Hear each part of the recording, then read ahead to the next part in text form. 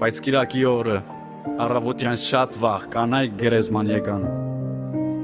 Բերելով իրենց պատրաստած խնկերը նրանց հետ եկան և ուրիշ կանայք։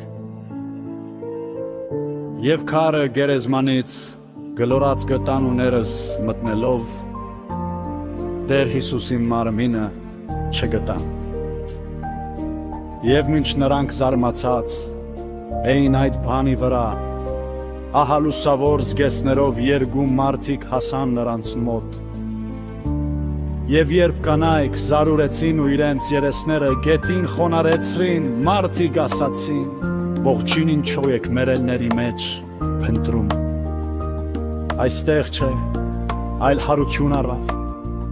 Հիշեք ինչպես խոսեց նա ձեզ հետ, երբ Գալիլեայում էր ասում էր, թե մարդու որդին պետք է մեղավոր մարդկանց ձեռքը մատնվի, խաչվի և երրորդ օրը հարություն առնի»։ Եվ նրանք հիշեցին նրա խոսքերը և գերեզմանից վերագարձան ու պատմեցին այս ամենը 11-ին ետ բոլոր մյուսներին։ Եվ Մարիան, մարդկաղենացին, Հովհաննան, Հակոբոսի մայր, Մարիամը և նրանց հետ ուրիշ կանայք էին, որ այս բաները պատմեցին առաքյալներին, բայց նրանց խոսքերը բարբաջանք թվացին աշակերտներին և չէին հավատում նրանց։ Սակայն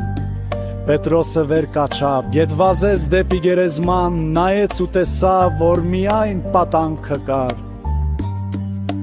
և գնաց մտքում զարմացած թե ինչ էր եղել։ Եվ ահա նույն օրը աշակերտներից երկուսը գնում էին մի գյուղ, որի անունը Մավուս էր, և որը Երուսաղեմից հեռու էր 60 ասպարեզով։ Եվ նրանք միմյանց հետ խոսում էին կատարված բոլոր անցուդարձերի մասին։ Եվ մինչ նրանք խոսում էին ու վիճում, ինքը Հիսուսը մոտեցավ ու գնում էր նրանց հետ։ Բայց նրանց աչքերը փակ էին նրան չճանաչելու աստիճան։ Եվ Հիսուսը նրանց ասաց. «Այդ ինչ բաներ են,